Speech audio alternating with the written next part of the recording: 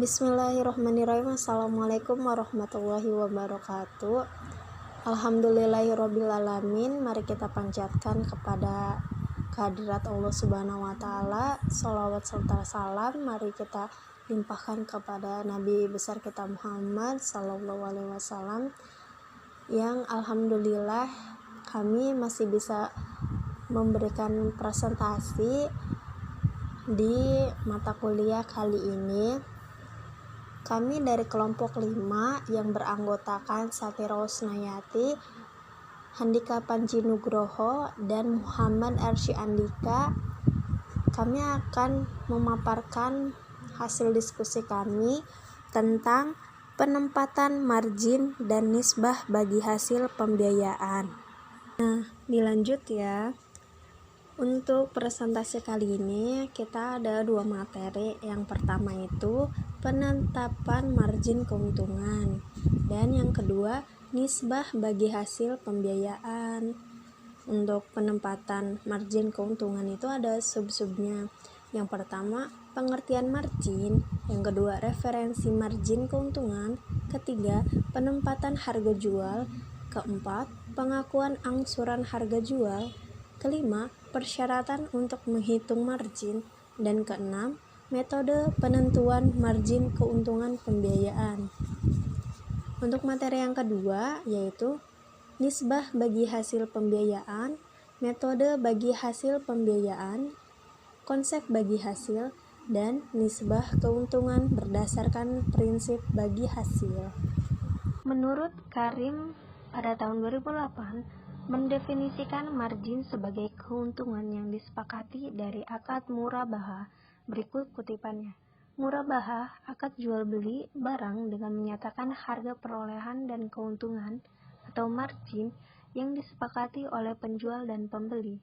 Menurut Karim tahun 2008, penetapan margin keuntungan pembiayaan natural certainty contract atau disebut juga NCC berdasarkan rekomendasi, usul, dan saran tim Accessibility Community Bank Syariah atau disingkat juga ALCO Bank Syariah. Yang pertama, Direct Competitor Market Rate adalah tingkat margin keuntungan rata-rata perbankan syariah atau tingkat margin keuntungan rata-rata beberapa bank syariah yang ditetapkan dalam rapat ALCO sebagai kelompok kompetitor langsung, atau tingkat margin keuntungan bank syariah tertentu yang ditetapkan dalam rapat ALCO sebagai kompetitor langsung terdekat. Artinya, rasio keuntungan atau margin telah ditetapkan oleh Accessibility Community Bank Syariah pada rapat tersebut. Kedua, Indirect Competitor Market Rate adalah tingkat suku bunga rata-rata koperasi konvensional atau tingkat rata-rata suku bunga beberapa bank konvensional yang dalam rapat ALCO ditetapkan sebagai kompetitor tidak langsung terdekat.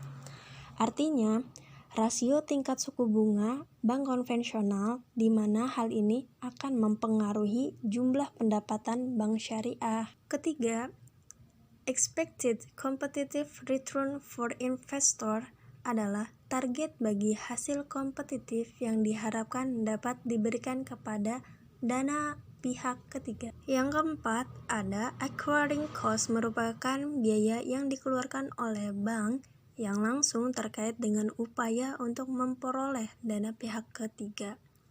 Kelima, overhead cost adalah biaya yang dikeluarkan oleh bank yang tidak langsung terkait dengan upaya pemerolehan dana pihak ketiga. Selanjutnya adalah penetapan harga jual. Setelah memperoleh referensi margin keuntungan, bank melakukan penentuan harga jual. Harga jual adalah penjumlahan harga beli atau harga pokok atau harga perolehan bank dan margin keuntungan. Selanjutnya ada pengakuan angsuran harga jual. Angsuran harga jual terdiri dari angsuran harga beli dan angsuran margin keuntungan. Menurut angsuran dapat dihitung dengan menggunakan 4 metode. Yang pertama, metode margin keuntungan menurut sliding. adalah perhitungan margin keuntungan yang semakin menurun sesuai dengan menurunnya harga pokok sebagai akibat adanya cicilan atau angsuran harga pokok. Jumlah angsuran yang dibayar nasabah setiap bulan semakin menurun. Yang kedua ada margin keuntungan rata-rata. Margin keuntungan rata-rata adalah margin keuntungan menurun. Hitungannya secara tetap dan jumlah angsuran dibayar nasabah tetap setiap bulan. Selanjutnya ada margin keuntungan anuitas, yaitu margin keuntungan yang diperoleh dari perhitungan secara anuitas. Perhitungan ini akan menghasilkan pola angsuran harga pokok yang semakin membesar dan margin keuntungan yang semakin menurun. Selanjutnya ada persyaratan untuk penghitung margin. Menurut Yuli Aryani pada tahun 2016, margin keuntungan hanya bisa dihitung apabila komponen-komponen yang di bawah ini bersedia. 1. Jenis perhitungan margin. 2. Jumlah nominal. 3. Jangka waktu. 4. Tingkat presentasi margin keuntungan pembiayaan. 5. Pola tagihan atau jatuh tempo. Selanjutnya ada metode penentuan margin keuntungan pembiayaan. Pertama, markup pricing adalah penentuan tingkat harga dengan memarkup biaya produksi komoditas yang bersangkutan. Kedua ada target return pricing, yaitu penentuan harga jual produk yang bertujuan mendapatkan tingkat return atas besarnya modal yang diinvestasikan. Dalam hal ini, perusahaan akan menentukan berapa return yang diharapkan atas modal yang telah diinvestasikan. Selanjutnya ada price value pricing, yaitu penentuan harga dengan tidak menggunakan variabel harga sebagai harga jual. Harga jual didasarkan pada harga produk pesaing di mana perusahaan melakukan penambahan atau perbaikan unit untuk meningkatkan kepuasan pembeli. Selanjutnya ialah nisbah bagi hasil pembiayaan.